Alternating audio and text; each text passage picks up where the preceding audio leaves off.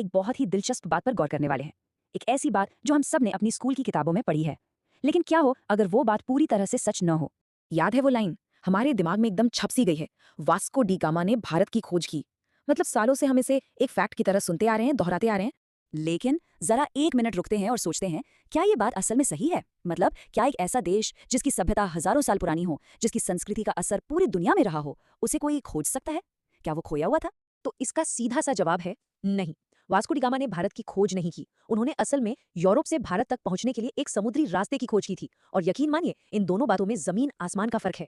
तो फिर चलिए इस बहुत ही फेमस मिसकंसेप्शन, इस गलतफहमी की परतें हटाते हैं और देखते हैं कि सच आखिर है क्या।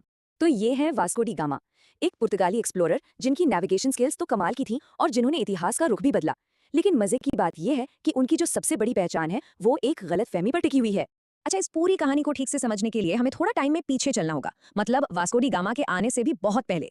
तो बात करते हैं उन पुराने जमीनी रास्तों की। देखिए, यूरोपियन जहाजों के भारत आने से सदियों सदियों पहले से भारत ग्लोबल ट्रेड और कल्चर का एक बहुत बड़ा सेंटर था।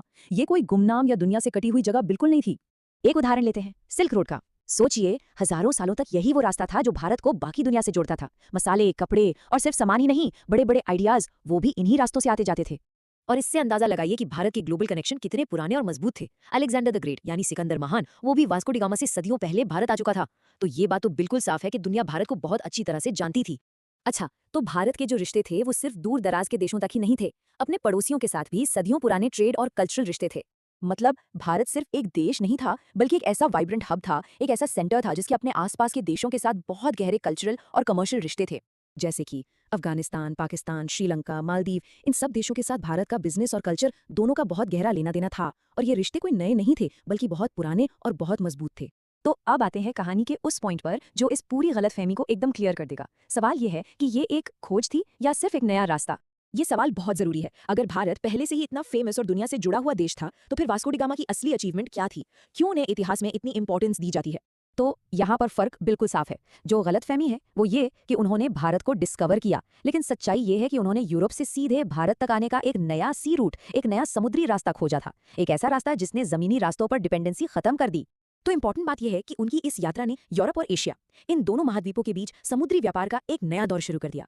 ये अपने आप में एक बहुत बड़ी अचीवमेंट थी जिसने ग्लोबल ट्रेड का नक्शा ही बदल दिया। पर यह भारत की खोज नहीं थी।